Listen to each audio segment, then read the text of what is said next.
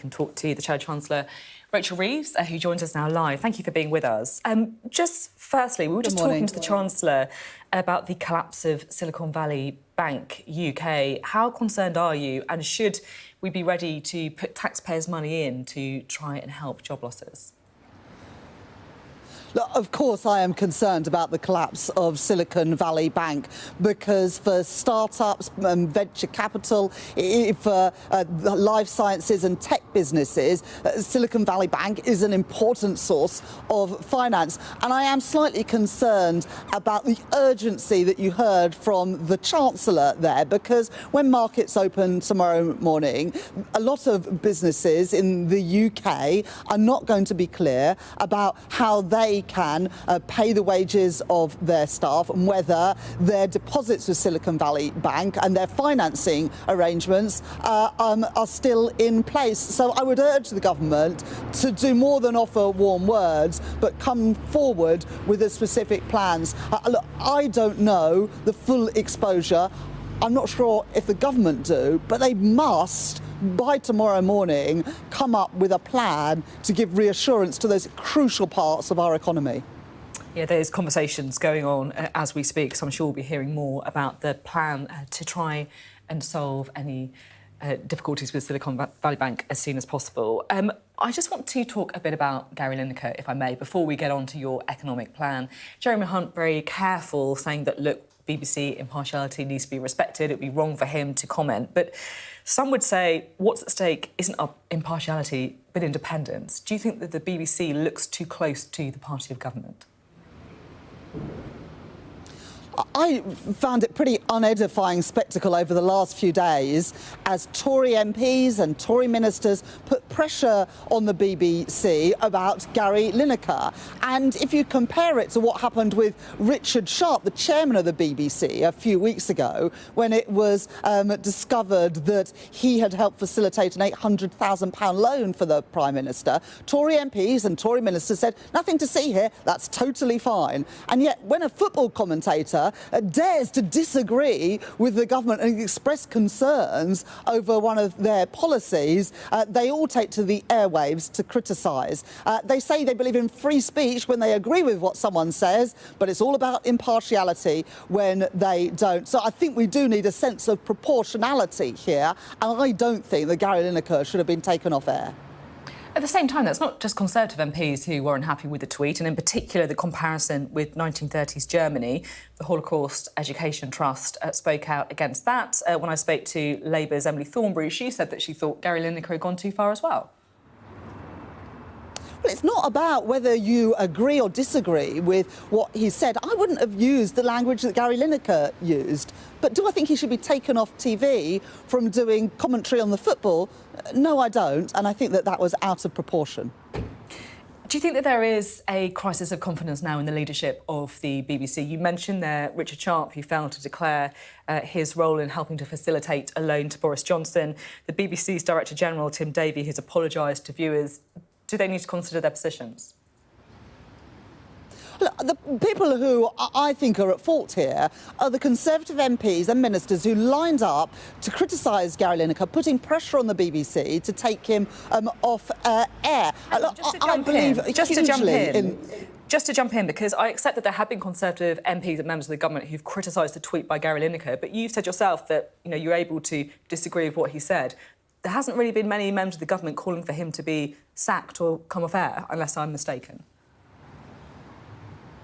Well, my understanding is, you just see all the tweets and the letters being organised by Conservative MPs, Sophie. They're putting intolerable pressure on the BBC to take action over Gary Lineker. In fact, they've got more to say about Gary Lineker than they do about the cost of living crisis, about the state of our NHS, about the failed asylum system and the failure to protect our borders. More to say about Gary Lineker than, frankly, anything else, including all of the issues affecting all of our constituents on a day-to-day basis. That is the priority now of the Conservatives, some culture war, rather than the interests and the concerns of people in their day-to-day lives. That is just all wrong. Well, let's talk about some of those concerns now, shall we? Because it is budget week. You, of course, have got a very important role as Shadow Chancellor as well. Now, you spent a long time trying to prove that Labour can be trusted on the economy. You said you would have ironclad discipline. You promised, I will never make a spending commitment without telling you where the money is coming from. You know, some Labour voters might think that if they look at the state of public services, then actually that's what you should be looking at doing rather than trying to out-Tory the Conservative Party on spending. Well, you saw what happened last year when the Conservatives' mini-budget crashed financial markets, putting pensions in peril and resulting in that long-term Tory mortgage penalty where anybody remortgaging this year is looking at paying thousands of pounds more a year. So I am absolutely determined that as Chancellor I would have an iron grip on the public finances, and any announcement that I make about spending and about priorities will say where the money's going to come from. That's why, for example, I've said that Labour would extend the windfall tax on the huge profits that energy giants are making and use that money to keep people's energy bills low. It's why I've said that Labour would get rid of the non-dom tax status, because if you make Britain your home, you should pay your taxes here, and we would use that money for one of the biggest ever expansions of the NHS workforce and free breakfast clubs at all primary schools. So when I say that we are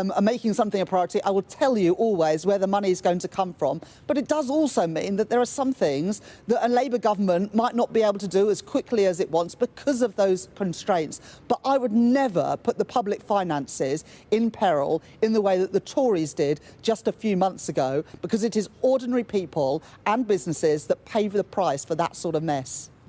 So if you have an iron grip on the public finances, if keeping borrowing down is key, why is the Labour Party proposing to spend £28 billion a year on the Green Prosperity Plan? Well, I look to what President Biden is doing in the US and the response of the EU and of Australia and countries around the world that are determined to get for their countries a share of the investment in the industries of the future. And President Biden is turning the Rust Belt into an electric vehicle belt. He is getting good manufacturing jobs back to the US, and he's encouraging businesses to invest there. And Britain is frankly in the changing rooms whilst other countries are in this global race.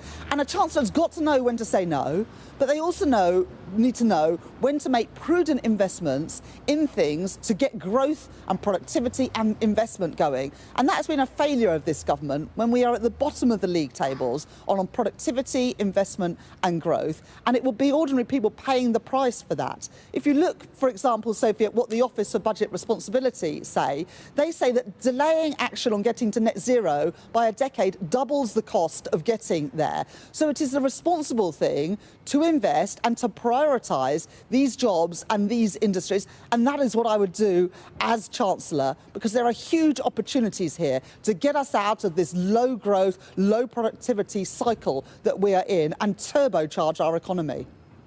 You know, I'm not arguing against the importance of investing in climate change, but I just want to put it in context. You know, the government spends just over £4 billion a year on childcare, and you're planning to spend 7 times as much on a green prosperity plan, which is funded by borrowing. I mean, these are important priorities, but how can you say that you have an ironclad grip on the public finances, just as long as you don't look at these massive spending commitments that we've made over here?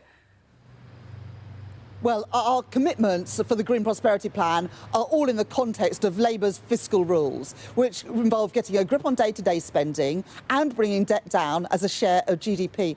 And subject to that, we will invest in the things that get our economy growing. So this is part of Labour's fiscal rules, but it is about prioritising investment in these industries of the future, as every other country around the world is doing. And the moment to act is now. There is an urgency here, because if we want those jobs and those investment, and every other country in the world wants them too, we have got to have a serious plan to invest alongside business through the National Wealth Fund that a Labour government would create to ensure that those jobs and investment come here to Britain. Otherwise, we'll find in the future that we're importing all of our cars because we failed to build the electric vehicles here, that we are importing gas and electricity because we failed to invest in green hydrogen, that we're importing steel because we failed to invest in green steel.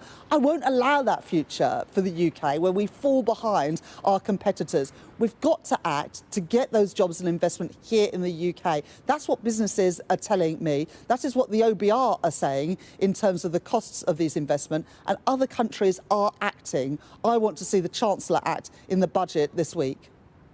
Another key focus on the budget will be growth, economic growth. Do you accept that one easy way of improving that would be to increase targeted immigration? Well, I don't think that the immigration lever is the answer to every problem. Our mission of an incoming Labour government is to have the highest sustained growth with good jobs and productivity in all parts of the country. And that means seizing the opportunities in towns and cities across the UK through our National Wealth Fund and our Green Prosperity Plan, through our reforms to make Britain the best place to start and grow a business. But we've got to be training people up here in Britain for those jobs in the industries of the future. It's why we have committed to reform the apprenticeship levy, which at the moment is seeing the number of apprentices fall and businesses spurn the system, and why we have said that we would devolve skills and employment support to local communities to ensure that businesses where they are have the skills they need to succeed. So that would be my priority, to making sure that businesses have the skills they need and that young people and people retraining later in life have the opportunity to take up the jobs that are available in the UK economy. And just finally, has Brexit made us poorer? Well, look, the deal that the government got is clearly not working for businesses, and every economist says, and all of the forecasts say, that that deal has made our country poorer. It's why we have said that one of our priorities for getting that growth would be reforming the Brexit deal. Not going back into the single market or customs union, not bringing back free movement, but practical changes that can help British businesses export and bring investment to the UK. So a veterinary agreement to help our great farming and fishing industries, support for our great services sector with a mutual recognition of professional qualifications, helping our brilliant creative industries with better deals about touring rights for artists, UK participation in Horizon to help our universities succeed and bring in investment. So there are practical changes that we can make so that we can ensure our economy grows and that we can take advantage of the export opportunities that exist, but that the government's trade and cooperation agreement is cutting British businesses out of.